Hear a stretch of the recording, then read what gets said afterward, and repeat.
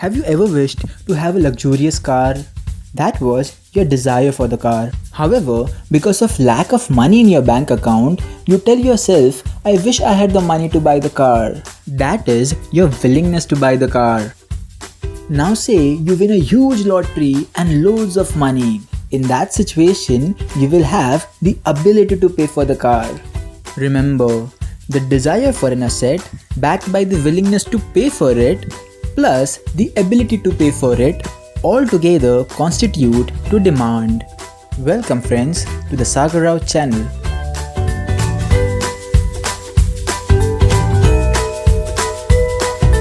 In a day-to-day life, as long as we are willing to pay for a commodity and have the ability to pay for it, we call it demand. However, in economics, such demand is referred to as direct demand. There are different types of demands. Let's have a look at them one by one. Say you own a factory and produce washing machines, TVs, and cell phones. These products cannot be produced without the factors of production like screws, hammers, etc. Hence, the demand for screws and hammers is because of the need to produce a final product like washing machine. Demand for such goods, which are demanded indirectly for producing final consumer goods, is referred to as indirect demand or derived demand. Have you ever demanded tea? Have you ever thought that you cannot demand tea without demanding milk, sugar, tea powder and water, which are necessary for making tea? When two or more goods are demanded jointly to satisfy a single want, we call it joint demand.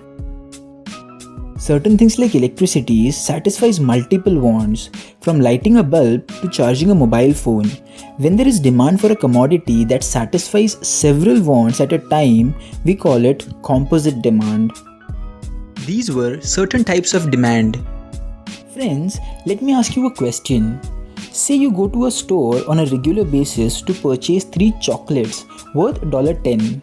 However, one fine day, suddenly the prices of chocolates increase to $20. In such a situation, you will buy only 1 chocolate instead of 3. Why? Because as the prices of a commodity goes up, your purchasing power reduces. Hence, your consumption goes down. We can show this with the help of a diagram. It is customary to plot prices on the y-axis and quantity on the x-axis. The demand curve is downward sloping because it symbolizes a negative relationship between prices and quantity demanded. The demand curve shows that as the prices of the commodity rises from $10 to $20, the quantity demanded falls from 3 chocolates to 1. And as the prices fall, the quantity demanded rises. This behavior was given by Alfred Marshall in his book Principles of Economics. Marshall stated that ceteris paribus, meaning other things being equal, higher the price of a commodity, smaller the quantity demanded, and lower the price of a commodity, higher the quantity demanded. This behavior came to be known as the law of demand. However, we stated other things being equal. What are those other things? Factors like population, income, preferences, substitutes, and government policies should remain the same, or rather, we need to make an assumption that they remain the same. Let us understand why it's necessary to make such an assumption. If the population of an economy keeps growing, then the quantity demanded of the commodity will also rise, even if the prices remain constant or increase a little.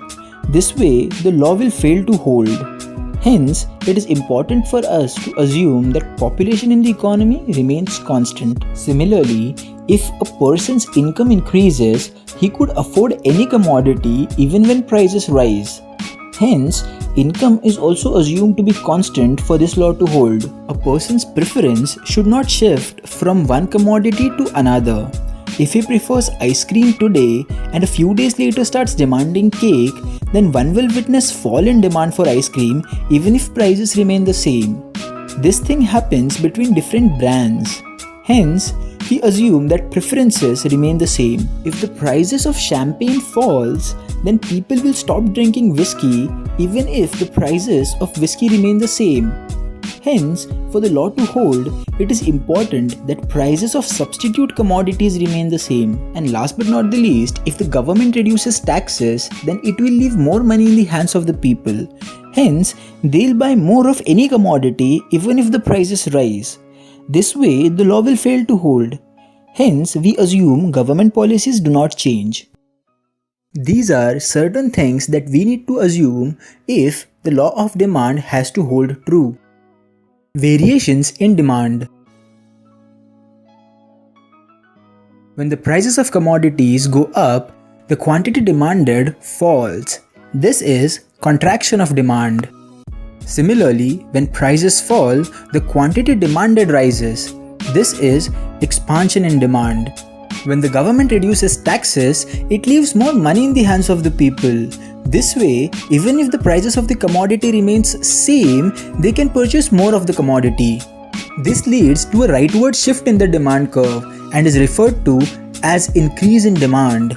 Similarly, when government increases taxes, it leaves lesser money in the hands of the people. Hence, lesser quantity is bought at the same price, which leads to a leftward shift in the demand curve. This is decrease in demand. Remember friends, expansion and contraction of demand happens across the demand curve, whereas during increase and decrease in demand, either the demand curve moves rightward or shifts leftward. Friends, I hope I have shared something of value with you all. If I did, then do hit the like button and also the subscribe button. Until then, adios. Hasta la vista.